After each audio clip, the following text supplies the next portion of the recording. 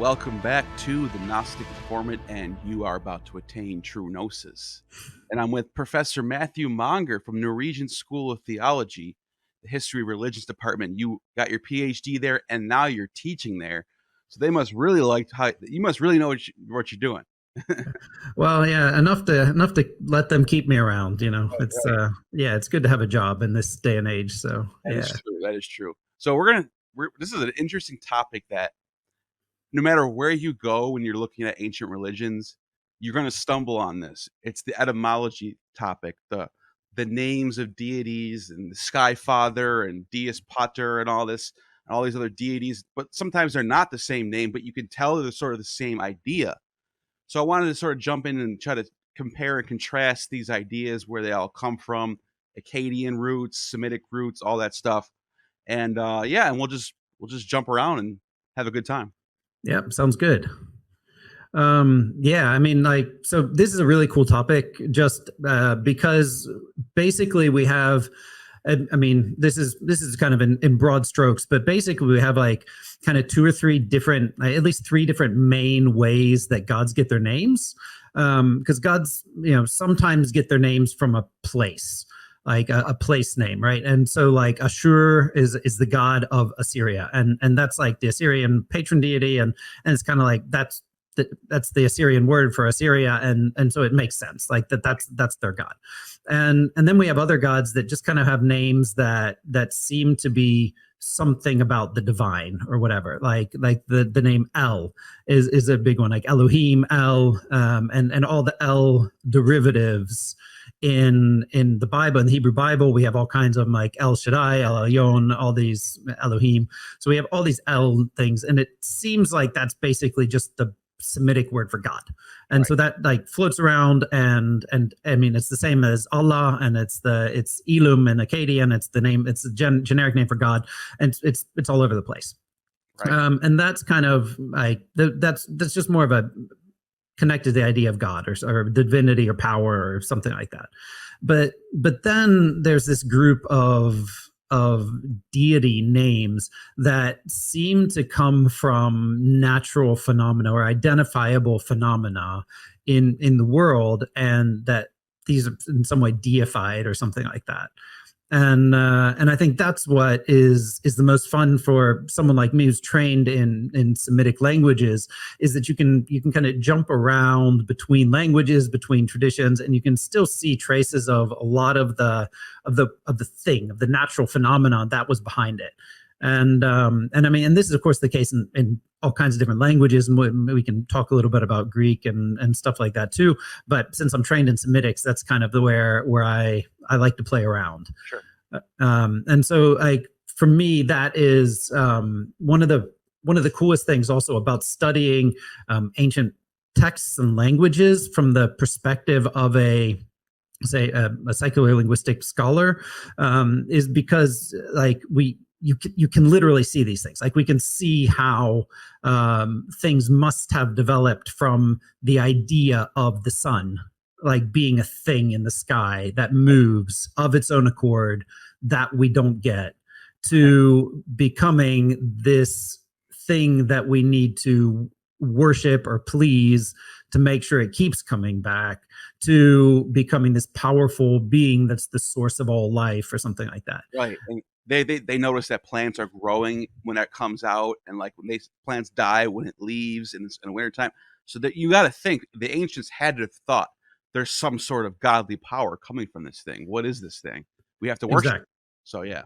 Yeah, and I mean, it's one of those things where you can see that as we progress through history and we understand more and more things, then there's less and less things that are deified. So there's an absolute correlation between the growth of understanding of science and natural phenomena and the need to deify things. And so I think there's definitely a trajectory towards the modern world where things are no longer deified in the same way. So it's a really interesting parallel when you see, like, I mean, when we talk about things like the sun or the winds or things like that, where we're kind of like, yeah, we kind of know what that is now. Like, we don't need to call it a god. Right. So there's definitely something that happens with the increase in understanding of things. So yeah, that might be why like now it's pretty common to talk about like God is love or something like that. Like you can, that's something we don't have quite the same grasp on or whatever. Right. It's like more Yeah. like ideas and forces. Like, Yeah. why do certain things happen? It must be the idea. Like God is love because it's the force that brings people together. Like stuff Right. like Plato talked about in some of his writings. Exactly. And that's like also, I mean, if you look at the modern day conception of God, like there's either these kind of thing, it's something love, some force, some kind of thing that binds things together, the universe together, because we don't really get what dark matter is or something like that. So we can say, oh, well, God is whatever. Or it's like the divine judgment, which is like the thing that like we don't really know what happens after we're dead. And so we say, well, that must be where God does his thing. And like that's like so there's like it's this kind of those are the realms that we don't understand very well. Yeah. And so that's what's left to kind of put into the God is there kind of thing. Yeah. But yeah, I mean, but we can talk about some of these examples that we have from Semitic languages if you want to. Absolutely. Like I think one of the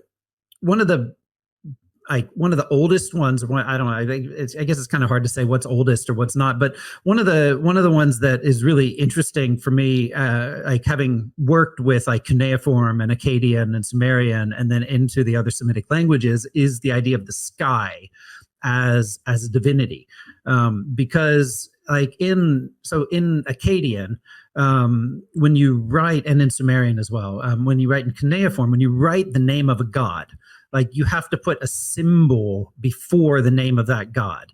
And this is a linguistic feature that's used in cuneiform where it's called a determinative. And it's like a symbol that tells you here is the name of a god. Right. And so when you put this symbol at the front of the name, then there's a god here.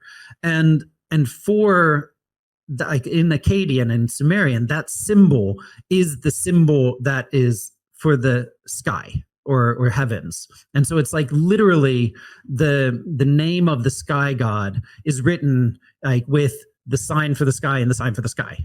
Wow. And so it's like, and so in Akkadian we read it as Dingir is the name of the determinative, and then the name of the sky god is On. And so like you would read this Dingir On, but it's like it's just two identical symbols right beside each other. Wow. And so like not only is does this idea that the sky is deified or the heavens are deified come in, but it like influences actually the linguistic and orthographic structure of the language, because it makes you, every time you write the name of a deity, you have to put this symbol in front of it. And so that shows kind of the importance of this god as the sky god. I mean, it's like he's an important figure in Sumerian and Akkadian, and it literally means god of the sky, right? And so you get that, like there's no way around it, right? And like this is, I mean, I guess like in within Semitic, Akkadian definitely kind of is the language or the people group that keeps that focus on God as the sky god kind of the most. I mean, they have lots and lots of gods, but the sky god has a much bigger place in Akkadian and Sumerian than it does like in Hebrew. So if we look at the Hebrew Bible, we don't see a lot of like worship of the sky.